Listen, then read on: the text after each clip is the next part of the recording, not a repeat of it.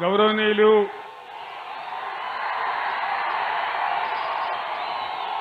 మాజీ మంత్రివర్యులు శ్రీ జగదీశ్వర్ రెడ్డి గారు, గౌరవనీయులు సీనియర్ నాయకులు మాజీ మంత్రివర్యులు శ్రీ పొన్నాల లక్ష్మయ్య గారు,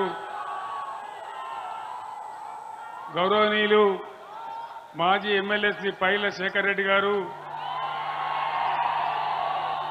గౌరవనీయులు మాజీ ప్రభుత్వ విప్ మరియు ఆలేరు మాజీ ఎమ్మెల్యే శ్రీమతి సునీత గారు,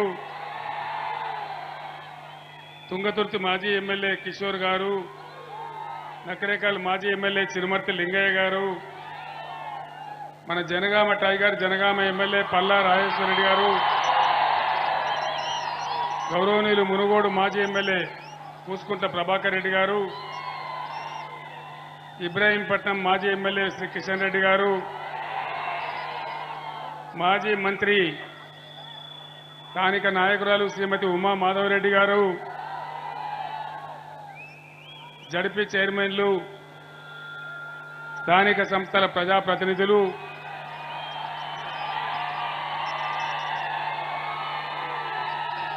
ఇంత అశేషమైన సంఖ్యలో భారీగా తరలివచ్చినటువంటి మా యువ సోదరులకు, అన్నాదమ్ములకు, అక్కా చెల్లెలకు అందరికీ నా నమస్కారం.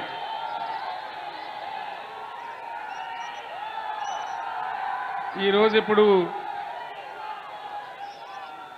పార్లమెంట్ ఎన్నికలు జరుగుతూ ఉన్నాయి. కొద్దిసేపు ప్లీజ్ తమ్ముడు ప్లీజ్, నినాదం తర్వాత రండి, తర్వాత ప్లీజ్.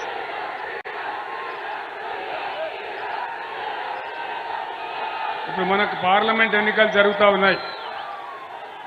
ఈ ఎన్నికలలో 3 పార్టీలు ప్రధానంగా పోటీ చేస్తూ ఉన్నాయి. అందులో ఒకటి బీజేపీ, 2 కాంగ్రెస్, 3 బీఆర్ఎస్.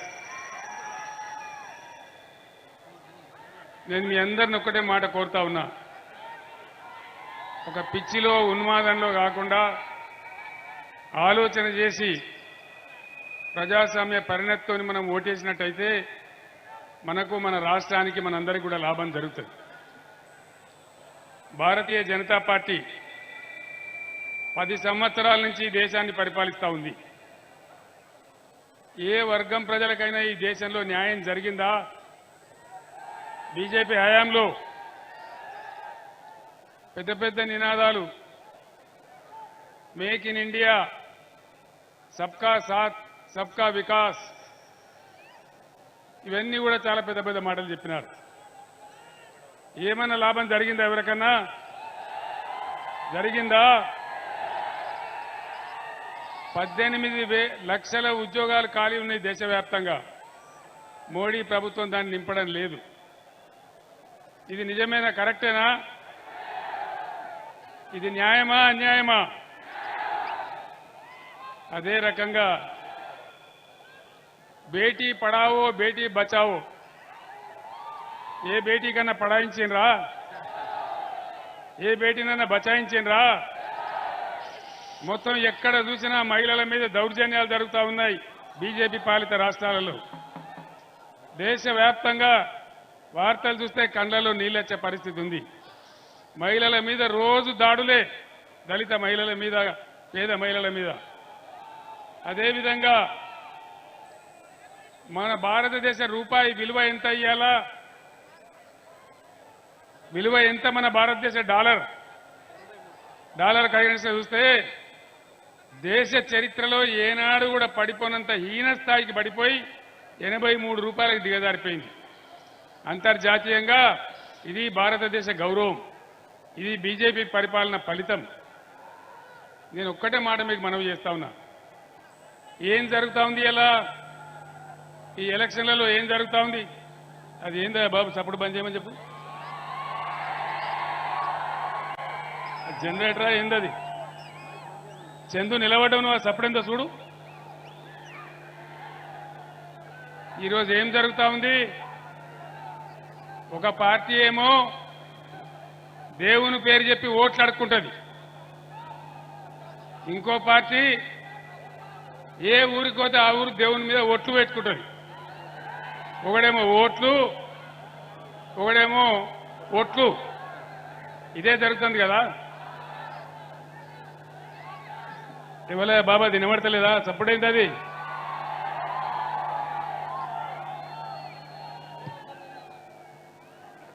చందు ఏందా నువ్వు నిలబడుతున్నావు? ఆ చప్పుడు బంద్ చెప్పి. ఒక పార్టీ ఏమో దేవుని పేరు చెప్పి ఓట్లు, ఇంకో పార్టీ ఏమో దేవుని మీద ఓట్లు. అంతేనా? నేను ఒక్క మాట మీ బిడ్డగా మీ అందరికీ కూడా మనవి చేస్తా ఉన్నా. అద్భుతమైనటువంటి యాదాద్రి దేవాలయం మనం నిర్మాణం చేసుకున్నాం. అద్భుతంగా చేసుకున్నాం.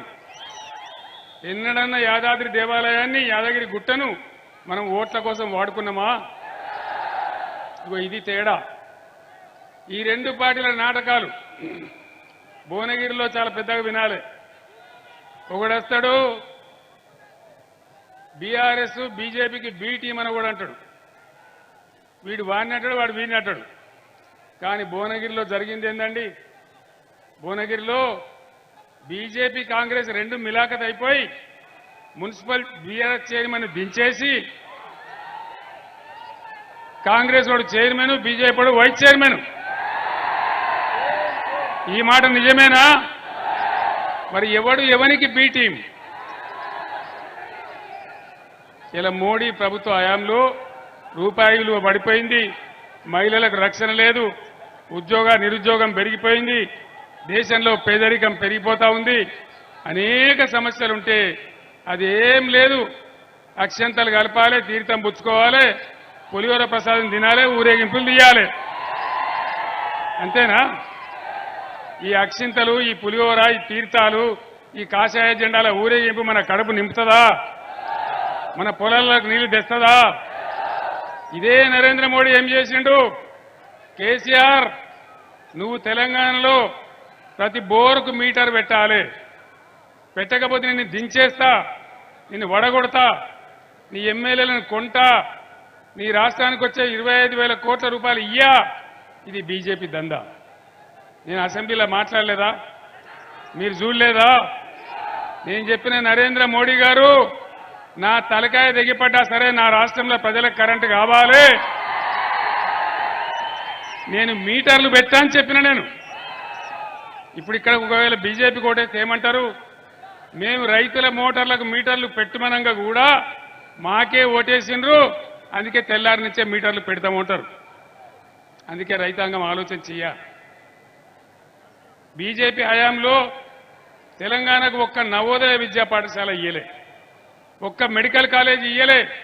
నేను 150 సార్లు ఉత్తరాలు రాసిన, 50 సార్లు ఢిల్లీకి పోయి మొరబెట్టుకున్నా.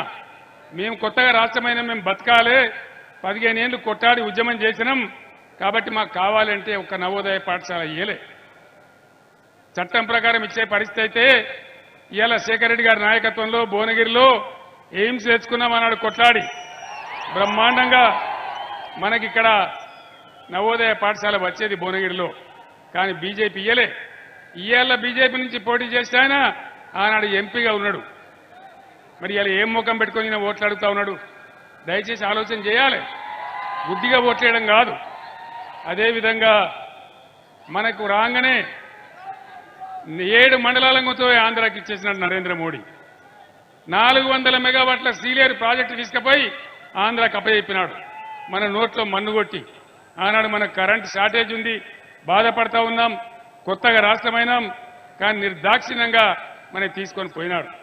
కాబట్టి దయచేసి నేను మీ అందరినీ కోరుతా ఉన్నా, నరేంద్ర మోడీ లేకుండా, బీజేపీ లేకుండా ఇంకా ఏ ప్రభుత్వం ఉన్నా కేంద్రంలో మనకు బ్రహ్మాండంగా లాభం జరిగేది. తెలంగాణ భారీగా నష్టపడ్డదే భారతీయ జనతా పార్టీ కేంద్ర ప్రభుత్వం వల్ల. మళ్ళీ సిగ్గు లేకుండా వాళ్ళు ఏ విధంగా ఓట్లు అడుగుతున్నారో, ఏం మాట్లాడుతున్నారో మీరు ఆలోచన చేయాలి. ఆనాడు తప్పిపోయి ఓటేస్తే బీజేపీకి 4 ఎంపీలు గెలిచింది. అందులో ఒక ఆయన కేంద్ర మంత్రి అయిండు. ₹1 అనేది తెచ్చిర్రా వీళ్ళు, ₹1. ₹5 పైన చేసిండ్రా. మరి ఇప్పుడు గెలిపిస్తే ఏం చేస్తారు? ఏమైనా చేస్తారా? ఏం లేదు. ఇక పసుపు కలప, బియ్యం కలప, అక్షింతలు కలప, ఊరూరికి వంచ, పులిహోర వండ 10 మందికి పెట్ట ఓట్లు దొబ్బ అంతేనా? యువకులకు నేను ముఖ్యంగా మనవి చేస్తా ఉన్నా, మా వయసు మీరిపోతా ఉంది. ఈ తెలంగాణ మీది, భవిష్యత్తు మీది. ఈ రాష్ట్రాన్ని ముందుకు నడిపేది మీరు ఆలోచన చేసి బుద్ధితో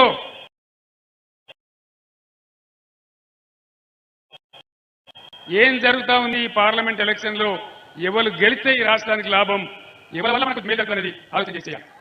ఇక కాంగ్రెస్ పార్టీ తెలంగాణకు 1956 నుంచి ఇప్పటిదాకా మన శత్రువే కాంగ్రెస్ పార్టీ. ఉన్న తెలంగాణను ఊడగొట్టి ముంచిందే కాంగ్రెస్ పార్టీ. 58 ఏళ్లు గోసపడ్డం. భువనగిరి ప్రాంతం, ఆలేరు ప్రాంతం, జనగామ ప్రాంతం ఎంత గోసలో ఉండే. నీళ్ల వ్యాపారాలు ఉంటుండే, ట్యాంకర్లు ఉంటుండే, బిందెలు పట్టుకొని మోసుడు ఉంటుండే. ఎన్ని బాధలు అనుభవించడం. 58 ఏళ్లలో వలస పోవడం, పట్నం పోవడం, ఆటో నడుపుకోవడం, మన వ్యవసాయాలు మూలకు పెట్టడం, అనేక రకాలుగా బాధలు పడ్డాం.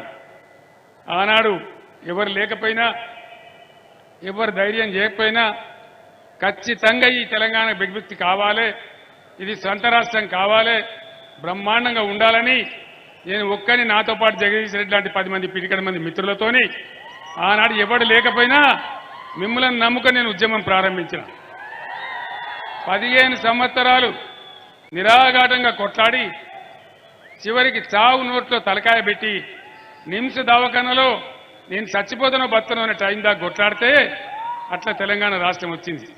మీరెక్కడి వాళ్ళు అక్కడ విజృంభిస్తే, మీరందరూ పులిలా కొట్లాడితే, నేను చస్తనో బతనో ఆందోళన మీరు ఆందోళన చేస్తే ఆనాడు తల వంచి తెలంగాణ ఇచ్చింది. తర్వాత మనకు అధికారం వచ్చింది. 10 సంవత్సరాలు నడిపినాం. కులము, మతము, జాతి వివక్ష లేకుండా అన్ని వర్గాల ప్రజలకు మేలు జరగాలని చాలా మంచి కార్యక్రమాలు చేసుకున్నాం. నేను తెచ్చిన రాష్ట్రంలో నా ప్రజలను ఒక తల్లికోడిలాగా పిల్లలను కాపాడుకున్నట్టు ఈ వర్గం ఆ వర్గం లేకుండా అందరినీ కూడా ఆదర చేసుకున్నాం. ప్రతి వాళ్ళని కాపాడినాం. రైతుల విషయానికి వద్దాం. ముందు రైతులకు సంవత్సరానికి ఎకరానికి 10,000 ఇచ్చి బ్రహ్మాండంగా రైతు బంధు కార్యక్రమం భారతదేశంలోనే మొట్టమొదటిసారి తెచ్చిన గవర్నమెంట్ బీఆర్ఎస్ గవర్నమెంట్. ఒక సంవత్సరం లోపలనే మంచిగా చేసి, చెడిపోయిన కరెంటును మంచిగా చేసి 24 గంటలు కన్ను రెప్పపాటు కూడా పోకుండా బ్రహ్మాండంగా కరెంట్ ఇచ్చుకున్నాం, నీళ్ళు ఇచ్చుకున్నాం. మన భువనగిరిలో అయితే బస్వాపూర్ ప్రాజెక్ట్ కంప్లీట్ చేసుకున్నాం. నీళ్ళు రాబోతే ఇప్పుడు నీళ్ళు వస్తాయి మీ అందరికీ. ఆలేరుకు భువనగిరికి ప్రాజెక్టు కట్టుకున్నాం. వడ్లు బ్రహ్మాండంగా ఎంఎస్పీకి కనీస మద్దతు ధర ఇచ్చి ఒక్క గింజ కూడా లేకుండా కొనుగోలు కేంద్రాలు పెట్టి వడ్లు కొన్నాం. ఆ కొన్న వడ్ల పైసలు కూడా రైతులకు నేరుగా బ్యాంకులో వేసిన. ఇలా కాంగ్రెస్ ఏం చేసింది? అడ్డగోలు హామీలు ఇచ్చింది. అడ్డగోలుగా హామీలు ఇచ్చి కేసీఆర్ 10,000 ఇస్తాడు కదా, మేము 15,000 ఇస్తాం. కేసీఆర్ 1,00,000 మాఫీ చేసిండు కదా, మేము 2 లక్షలు మాఫీ చేస్తాం చెప్పిండ్రా? రైతు బంధు అందరికి వచ్చిందా? రాలేదా? ఇది ప్రజల మాట, నేను చెప్తలేను. రాలేదు కదా. ఉంటుందో ఊడగొడతారో అది కూడా తెలుస్తలేదు. 5 ఎకరాలకే ఇస్తాం, 3 ఎకరాలకే ఇస్తాం. నీ అబ్బా జాగిరి పోతుందా? నీ ముల్లేమైనా పోతుందా? రైతులకు ఏమైనా బెంచ్ కార్లు ఉన్నాయా? రైతుల దగ్గర ఏమైనా కోట్ల రూపాయల ఆస్తులున్నాయా? 5 ఎకరాలకు ఎత్తామంటే 6వ ఎకరం నోటి ఎటు పోవాలి? 7 ఎకరాల నోటి ఎటు పోవాలి? ఒక దెబ్బ అది పెట్టినరు.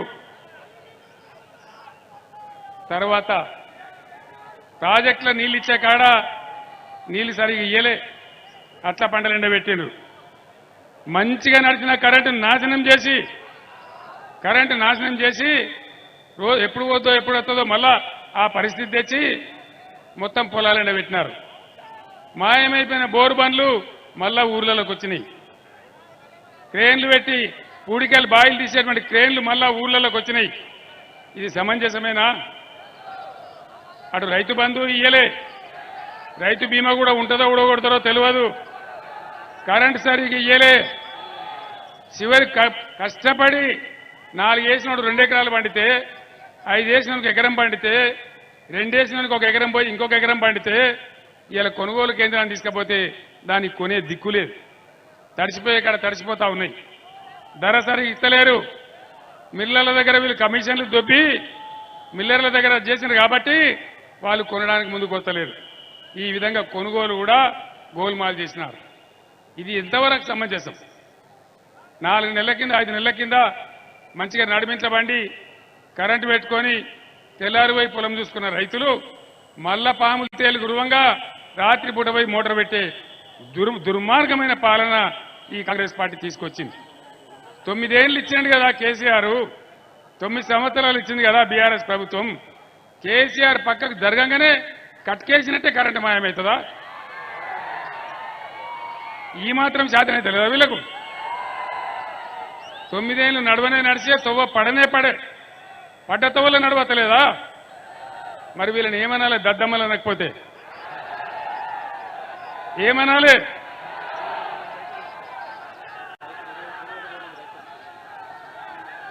తెలంగాణలో 2014కు ముందు రైతన్నలు ఆత్మహత్యలు చేసుకునేవాళ్ళు, వలసలు పోయేవాళ్ళు.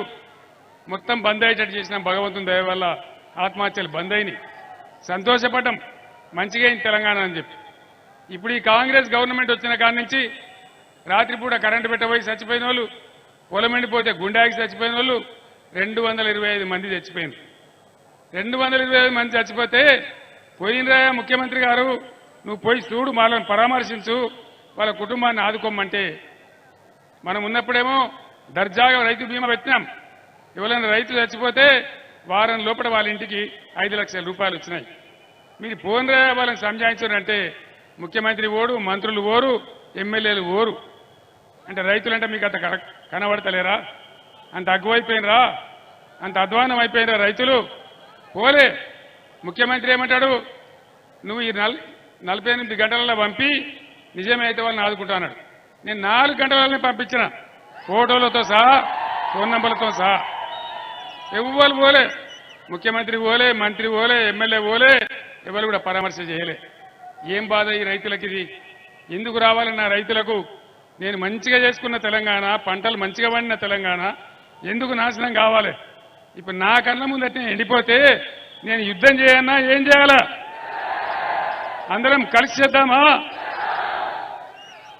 పేద విద్యార్థులు, పేద పిల్లలు చదువుకోవాలని బ్రహ్మాండంగా వాళ్ళకి ఫీజు రియంబర్స్మెంట్ అప్పుడు రాజశేఖర రెడ్డి గారు స్టార్ట్ చేస్తే అది కాంగ్రెస్ చేసిందని మేము ఆపలే, దాన్ని కంటిన్యూ చేసినాం. అందరి పిల్లలకు ఇచ్చినాం, అన్ని కులాలకు ఇచ్చినాం. ఇంకా మీది నుంచి 1100 గురుకులాలు పెట్టినాం. బ్రహ్మాండంగా అక్కడ పిల్లలు చదువుకొని కలెక్టర్లు అవుతా ఉన్నారు, ఇంజనీర్లు అవుతా ఉన్నారు, డాక్టర్లు అవుతా ఉన్నారు. ఆ గురుకుల పాఠశాలలు బాగా నడుస్తూ ఉన్నాయి. ఇవాళ ఏం జరుగుతుంది? ఒక్క ప్రైవేట్ కాలేజీకి కూడా ఫీజు రియంబర్స్మెంట్ ఇయ్యలే. 5 నెలల కాలేజీలలో జీతాలు ఇస్తలేరు. ఇక పిల్లలకు చదువు ఎట్లా చెప్తారు? పరీక్షలు ఎట్లయితాయి? ఆగమాగం చేసింది. గురుకులాలు పెడితే గురుకులాలలో పిల్లలకు విషాహారం పెడుతున్నారు, కల్తీ అన్నం పెడుతున్నారు. 135 మంది విద్యార్థులు పోయి దవాఖానలలో పడ్డారు. 4 పిల్లలు చచ్చిపోయినరు. ఇదే భువనగిరిలో ఒక అమ్మాయి చనిపోయింది. మీరందరూ కూడా చూసిండ్రు. ఇదేనా జరగాల్సిన పద్ధతి? ప్రభుత్వం ఏం చేస్తుంది? చేనేత కార్మికులు మేము త్రిప్స్ సిస్టమ్ పెట్టినాం, సగం ధరకే రంగుల రసాయనాలు ఇచ్చినాం, వాళ్ళ బతుకులు కాపాడినాం. మరి ఏమైంది? ఇవాళ అది కూడా బంద్ పెట్టినారు, దాన్ని కూడా బంద్ చేస్తాం. అన్ని బందే. ఇంకేమంటారు? నిరుద్యోగులకు 4000 రూపాయలు గుర్తిస్తామన్నారు. ఇచ్చిండ్రా ఎవరికన్నా? జాబ్ క్యాలెండర్ ప్రకటించండ్రా? మెగా డిఎస్సి ప్రకటించండ్రా? అంటే అంతా బోగసే. ఇవన్నీ ఓను. వరికి ఏమి ఇస్తామన్నారు? కేసీఆర్ ఇచ్చిన ధర కాదు, 500 రూపాయలు మేము బోనస్ ఇస్తామన్నారు. ఇచ్చిండ్రా? ఎవరికన్నా ఇస్తాన్రా? కానీ ఏం చెప్తాను? వీడికి వచ్చిదే భువనగిరికి వచ్చి యాదగిరి నరసన్న మీద ఒట్టు వచ్చేతే అప్పగిస్తారట.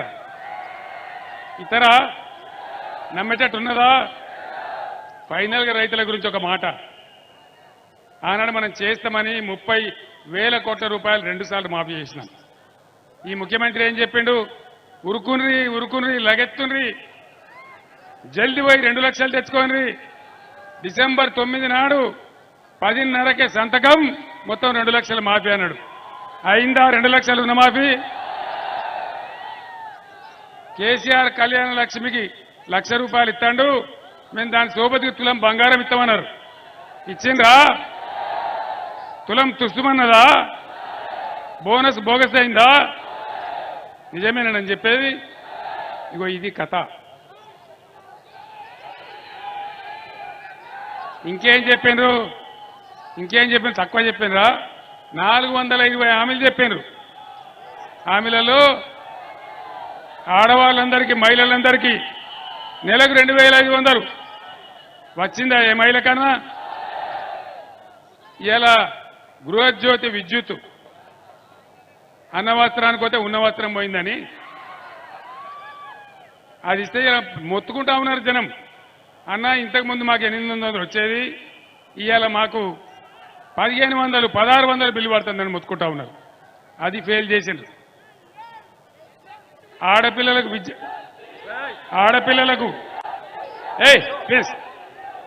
ఆడపిల్లలకు యువతులకు, చదువుకునే వాళ్లకు స్కూటీలు, ఎలక్ట్రికల్ స్కూటీలు కొనిస్తామన్నారు. స్కూటీలు వచ్చినాయా? స్కూటీలు రాలేదు, కానీ లూటీలు మాత్రం వస్తున్నాయి. ఈ విధంగా అన్ని కూడా బాబు పద్ధతి కాదు అది. ఇంతమంది ఉన్నారు కదా, 8,000 మంది ఉన్నారు, ప్లీజ్. కాబట్టి మొత్తం వాగ్దానాలు భంగం చేసి, రైతాంగం నోట్లో మట్టి కొట్టి, నిరుద్యోగ యువకులకు మెగా చేసి, దగా చేసి, మోసం చేసింది ఇప్పుడున్న కాంగ్రెస్ ప్రభుత్వం. దయచేసి నేను మిమ్మల్ని అందరినీ కోరుతా ఉన్నా, ఏదైనా ఊళ్ళో పంచాయతీ పడదనుకో, పంచాయతీ పడితే ఏమవుతుంది? ఇద్దరు పాలెలు పంచాయతీ పడితే ఆయన ఒక పంచును పెట్టుకుంటాడు, ఈయన ఒక పంచును పెట్టుకుంటాడు. అంతేనా? ఇద్దరు పంచులను పెట్టుకుంటారు. మరి అలా తెలంగాణ ప్రజలకు, తెలంగాణ కాంగ్రెస్కు పంచాయతీ పడ్డది. ప్రజల తరఫున కొట్లాడే పంచి ఎవరు? కేసీఆరా? మీ నన్ను కింద పడగొట్టి కేసీఆర్ కొట్టాడన్నా? నేను ఒక్కటే మాట చెప్తా ఉన్నా మీ అందరికీ, దేవుడు నన్ను బుద్ధి లేదావా? ఎవడాడు? నేను ఒక్కటే మాట మీకు మనవి చేస్తా ఉన్నా, దయచేసి. నేను భగవంతుడు నన్ను తెలంగాణ కోసమే పుట్టించండి. ఈ తెలంగాణ ఎట్టి పరిస్థితులలో సమైక్యవాదుల చేతుల నుంచి విముక్తి కావాలి. నా ప్రాణం పెట్టిన పర్వాలేదు, నేను అన్నాడు బయలుదేరిన. ఆనాడు ఎవడు రాలే. యువకులు, విద్యార్థులు, మహిళలందరూ కదిలితే బ్రహ్మాండమైన ఉప్పెన అయింది. ఉద్యమం తెచ్చుకున్నాం, రాష్ట్రం తెచ్చుకున్నాం. 10 ఏళ్ళు మంచిగా చేసుకున్నాం. కరెంటు బాగా చేసుకున్నాం, నీళ్లు తెచ్చుకుంటున్నాం, ప్రాజెక్టులు కట్టుకుంటున్నాం, ఉన్నంతలో అందరినీ కాపాడుకుంటున్నాం. ఆ విధంగా ముందుకు పోయినాం. మొన్న ఒక సుడి గాలి వచ్చింది, దుర్మార్గపు గాలి వచ్చింది. బీఆర్ఎస్ ఓడిపోయింది, నాకు బాధ లేదు. పార్టీ అంటే ఓడినా గెలిచినా ప్రజల్లో ఉండాలి, ప్రజల కోసం పనిచేయాలి. అదే పార్టీ. ఇలా లక్షల మంది క్యాడర్ ఉంది తెలంగాణలో బీఆర్ఎస్కు. నేను ఒక్కటే మాట చెప్తా ఉన్నా, ఇలా రైతుల గుండెలలో, తెలంగాణ ప్రజల హృదయాలలో వాళ్ళ గుండె జీలిస్తే కనిపించేది కేసీఆర్. కేసీఆర్ గుండె జీలిస్తే కనిపించేది తెలంగాణ. నా ప్రాణం ఉన్నంత వరకు, భగవంతుడు నాకు శక్తి ఇచ్చినంత వరకు ఇక్కడ రైతులకు కానీ యువలకు కానీ మోసం జరిగితే, అన్యాయం జరిగితే నిద్రపోను, భూమి ఆకాశం ఒకటి చేసి పిడుగులు పడ్డంత పోరాటం చేస్తానని మనవి చేస్తా ఉన్నా. ఈ దొంగ హామీలు ఇచ్చి ప్రజలను బురిడి కొట్టించి చల్లగా ముందుకోతున్న రాష్ట్రాన్ని ఆగం చేసిన ఈ కాంగ్రెస్ మెడలు వంచి వాళ్ళు ఇచ్చిన ఆ వాగ్దానాలని అమలు చేయించాలంటే ఈ పార్లమెంట్ ఎన్నికల్లో ఖచ్చితంగా బీఆర్ఎస్ గెలవాలి. మీ అందరిని నేను కోరుతా ఉన్నా, ప్రజలను కూడా నేను కోరుతా ఉన్నా, तेलंगाना रियासत के मुसलमान भाइयों को, बुजुर्गों को, बहनों को मैं सलाम करता हूं। आप तमाम लोगों को मैं अदबन गुजारिश करता हूं। जिस टाइम मैं तेलंगाना जद्दोजहद के लिए निकला, अल्लाह के नाम लेके निकला। मैंने कहा अल्लाह के घर में देर हो सकता है लेकिन अंधेर नहीं है, और अल्लाह का दया हुआ, अल्लाह का फरमान आया, हमारे तेलंगाना हासिल हुआ। तेलंगाना हासिल होने के बाद हर मजहब के साथ, हर तबका के साथ, हर वो कौम के लोगों के साथ तेलंगाना गवर्नमेंट का रवैया क्या था। रमजान के टाइम पे हम तोबा बेचते थे, हमको खुशी होती थी, अल्लाह के दुआएं मिलते थे कि अब तोहफा आया, क्यों नहीं आया भाई? सोचिए कौन कर सकता है। आज जंग है बीआरएस और बीजेपी के बीच में। अगर आप गुमराह होके कांग्रेस को वोट डालेंगे, कहीं फजूल बीजेपी के एमपी जीत जाएंगे तेलंगाना में। मैं आपसे गुजारिश करता हूं, आप लोग संजीदा सोचिए। हम सेक्युलर पार्टी है और सेक्युलर पार्टी रहेंगे। आप लोग देख रहे, बीजेपी मेरे बेटी को लेकर जेल में बंद किया, नाइंसाफी कर रहा है, फिर भी हम नहीं डरते, लड़ेंगे, मरते दम तक लड़ेंगे। हम सेक्युलर है, सभी के साथ हम इंसाफ करना चाहते हैं। पहली बार हिंदुस्तान में अजान देने वाले मौजूद साहिबीन को, नमाज पढ़ाने वाले इमाम साहिबीन को हिंदुस्तान में पहली बार कुछ अतिया दिया तो केसीआर ने दिया, ये आप लोग जानते हैं। तो मैं आपसे गुजारिश करता हूं, ठीक है हम लोग हार गए, कोई बात नहीं, एक फेज है, आगे बिल्कुल आप लोगों के दुआ से फिर से बीआरएस सरकार बनेगा, अमन के साथ, शांति के साथ हम आगे बढ़ेंगे। इसीलिए मैं आपसे गुजारिश करता हूं, आप बीआरएस को तायद कीजिए, बीआरएस के मेंबरों को जिताइए, पार्लियामेंट में हम गला फाड़ के मोदी के से लड़ेंगे और तेलंगाना रियासत के हकों को बरकरार रखेंगे। इतना कहते हुए मैं रुखसत होता हूं। मैं जो बात आपके सामने रखा, आप लोग संजीदा सोचिए। సోదరులారా, నేను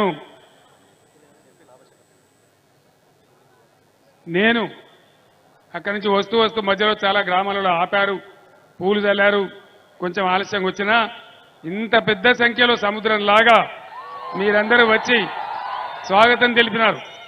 నేను ఒక్కటే మాట మనవి చేస్తా ఉన్నా, బీఆర్ఎస్ తరఫున పోటీ చేసే అభ్యర్థి క్యామ మల్లేష్ గారు బలహీన వర్గాలకు చెందిన అభ్యర్థి. ఆయన మంచి అనుభవం ఉన్న నాయకుడు, పట్టుదల ఉన్న నాయకుడు, నిజాయితీ ఉన్న నాయకుడు. ఆయన గెలిచినట్టయితే బ్రహ్మాండంగా మీ సేవలో 24 గంటలు పనిచేసే వ్యక్తి. నేను ఇంకో మాట చెప్తా ఉన్నా, ఆయన డబ్బుల కోసం రాలే, ఆయన మంచి ఆస్తిపరుడు, మంచి చదువుకున్నవాడు, రాజకీయంగా నిటారుగా అనుభవం ఉన్న వ్యక్తి. ఇట్లాంటి వ్యక్తులు గెలిస్తే ప్రజలకు తలలో నాలుకలాగా ఉంటారు, మీలో ఉంటారు, మీలో ఒకటిగా ఉంటారు. బ్రహ్మాండమైన మెజార్టీ ఇచ్చి బలహీన వర్గాల అభ్యర్థి అయినటువంటి క్యామ మల్లేష్ గారిని గెలిపించాలని నేను పేరు పేరున మీ అందరినీ కోరుతా ఉన్నా. మా కార్యకర్తలతో, నాయకులతో నేను కోరుతా ఉన్నా, దయచేసి ఈరోజు చూపించిన ఉత్సాహాన్ని 7 నియోజకవర్గాలలో మీరు 13వ తారీఖు వరకు చూపించి మల్లేష్ గారి కారు గుర్తుకు ఓటేపించి బ్రహ్మాండంగా కారు గుర్తు గెలిపించాలని, కేసీఆర్ కంఠంలో ప్రాణముండంగా మీతో ఉంటాడని, మీకోసమే ఉంటాడని మరొక్కసారి తెలియజేస్తూ నేను సెలవు తీసుకుంటా ఉన్నా. జై తెలంగాణ, జై తెలంగాణ, కారు గుర్తుకే, జై తెలంగాణ, కారు గుర్తుకే. ధన్యవాదాలు. ఇప్పుడు చెప్పండి స్లోగన్. జై కేసీఆర్.